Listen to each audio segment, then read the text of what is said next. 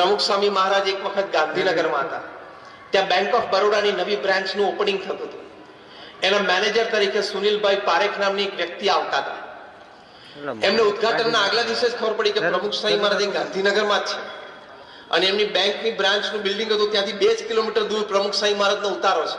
એટલે ત્યાં દોડી આવ્યા અને પ્રમુખ સ્વામી મહારાજને વિનંતી કરી, સ્વામી મને ખબર નહીં કે આપ ગાંધીનગરમાં છો, તો આમંત્રણ કાર્ડ આપને પૂછીને આપની અનુમતિ લઈને આપનું નામ છાપત. સ્વામી કે ના, અમારે કોઈ મનને એવી કોઈ મહત્તા નથી, પણ કે સ્વામી આપ પધારો ઉદઘાટન માટે.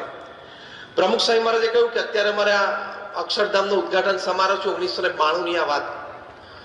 એટલે અમે અત્યારે વ્યસ્તતા ઘણી બધી છે, આયોજન વ્યવસ્થા મિટિંગોની, પણ અમારા 2 મોટા સંતો છે, એટલે ઈશ્વરચરણ સ્વામી અને વિવેક સાગર સ્વામી, કે અમારા 2 મોટા સંતો છે, ઉદઘાટન માટે આવશે.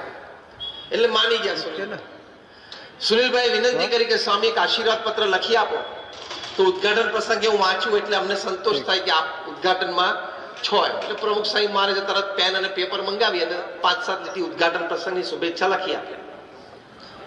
ત્રીજી વિનંતી એમણે અગત્યની કરી કે સ્વામી મારી ઈચ્છા છે કે મારે તમારા બેંક એકાઉન્ટથી મારા બેંકની શરૂઆત કરવી છે.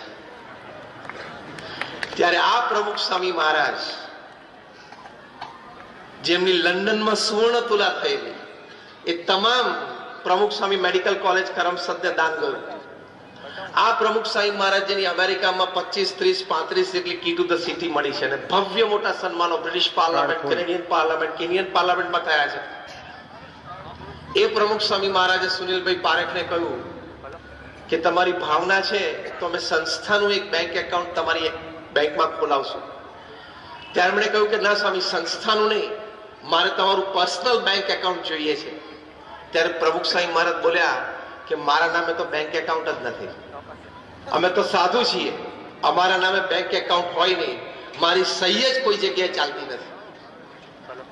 BAPS સંસ્થાના સર્વે સર્વા આજે BAPS ના એક પણ સંતના નામે બેંક એકાઉન્ટ નથી, એ કેશને અડતા નથી, એમની પાસે કોઈ કેશ નથી, એમણે પોતાની કેશ કોઈની પાસે રખાવી નથી.